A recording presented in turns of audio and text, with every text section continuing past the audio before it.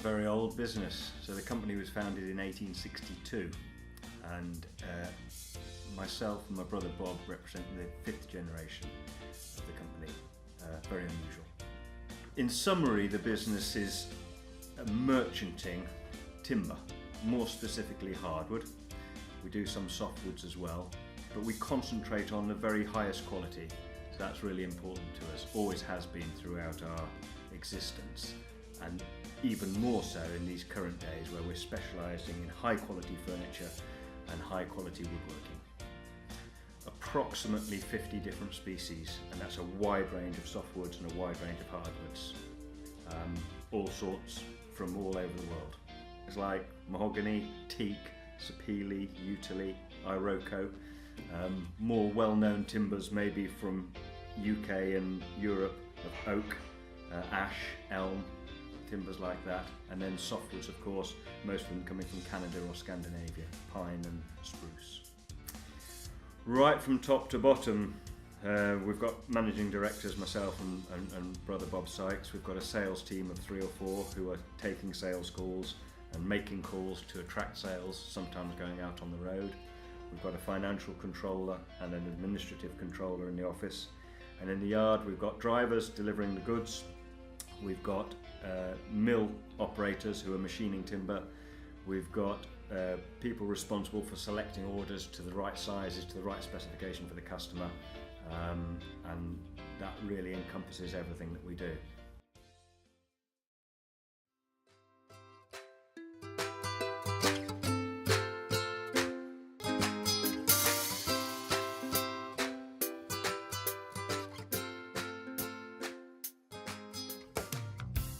Okay, so basically before all the wood goes into the mill to be machined, we have something called a yard sheet.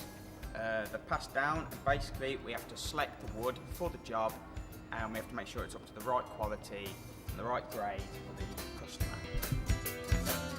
For example, we've got European oak here. We're after a specific size and width, and we're after prime grade with quarter sawn. So as you can see with this board, I've selected the right thickness, the right width for machining, nice quarter sawn piece, and that's perfectly going to do the job for the customer.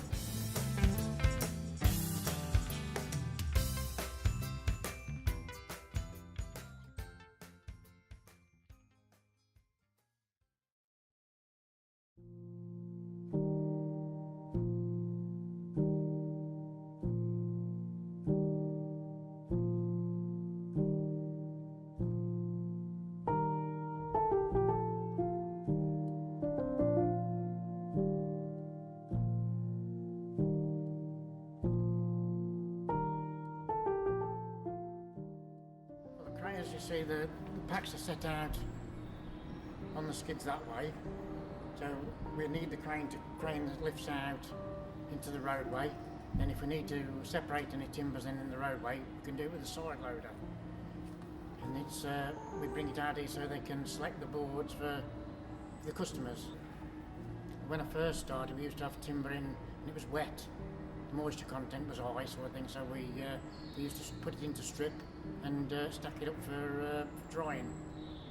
And then I started to learn the crane driving, and I've been on the crane for nearly 40 years.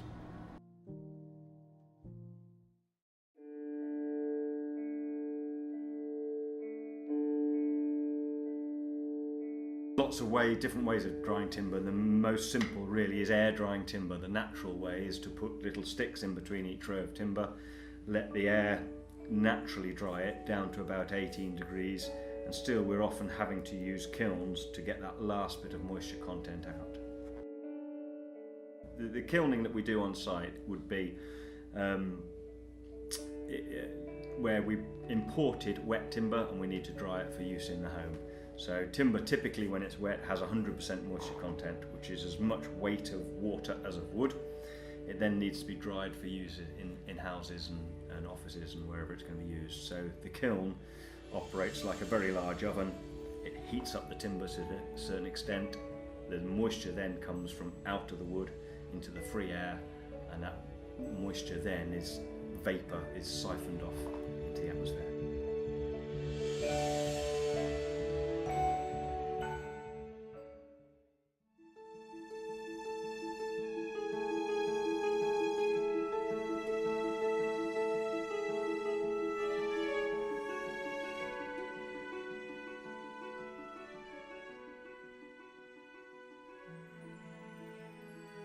My main role is to do the initial breaking down of the timber, the customer's requirements.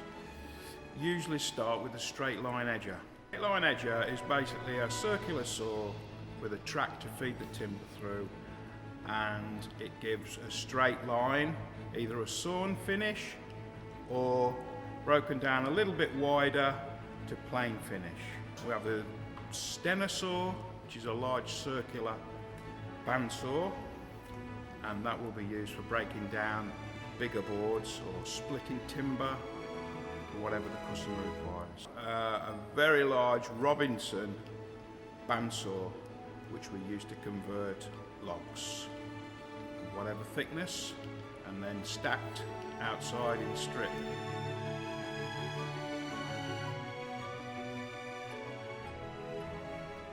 When the timber's been broke down from the saw, generally we use what's called a 5-cutter, which is 5 heads on a planer, which basically machines all the 4 edges to a nice smooth finish, ready for then the spindle moulder. The spindle moulder is a machine that we use to put moulds on, such as angles and chamfers, which are on skirtings and that kind of product. Sometimes we have boards that come off the saw that are wider than will fit in the standard 5-cutter. So we use a machine like the thicknesser that is wide blade that cleans one side at a time, so it just gives us a nice planed finish for a smooth side. We then turn it over and plane the other side smooth. We also have a drum sander, which is a sander that we use to pass the products under after they've been planed on the machine. We have obviously a coating department where we sell the coatings from the company, so we sand them ready for the coatings to be applied by the customer.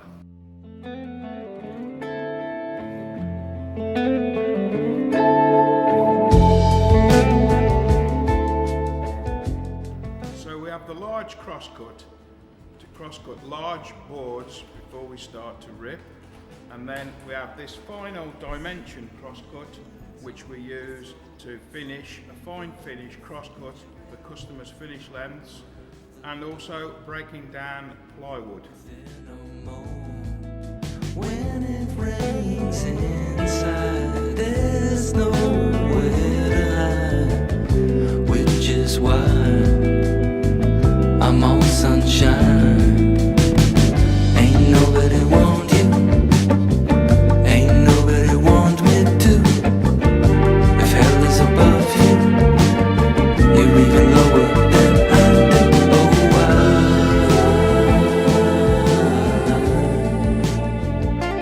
Oh, The showroom is ideal for people who come in knowing that they want to use timber for a certain project, but they're not sure what timber and they're not sure how to use it. So they've got the whole array of timbers there, and they've got different examples of how that timber can be used. The history briefly behind the company was founded, as we've said, in 1862 by a Quaker family. The company was in Birmingham, set up in Birmingham, and then moved to this site in the 1960s. Some of the equipment from Birmingham came with us, one of which is the Robinson saw that you've seen, which dates from the 1950s, but still does as good a job now as it did in those days.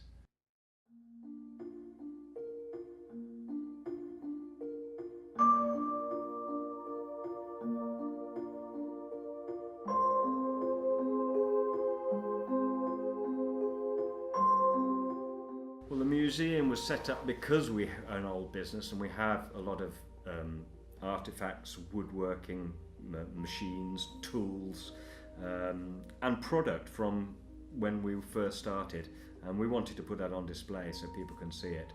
We've now encompassed a wood store within the museum so that people coming to self-select on small quantities of timber can actually see all that stuff for themselves.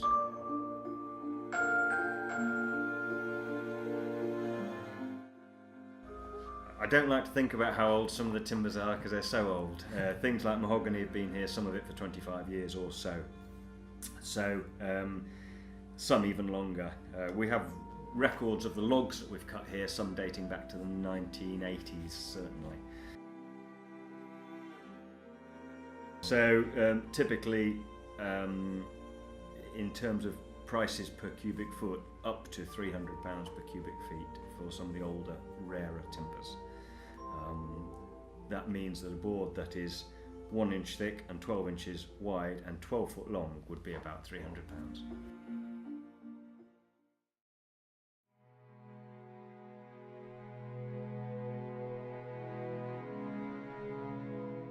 Atherstone was chosen for its road links, very well sited, even back in the 1960s, to the M1 and major road links. It was a very good location for serving the major cities of Birmingham, Coventry, Leicester, Nottingham and so on. So geographically well placed, transport links were good, and reports relating to availability of workforce and labour force were good too. So it was an emerging area for us and a natural location, and a very successful location to have chosen.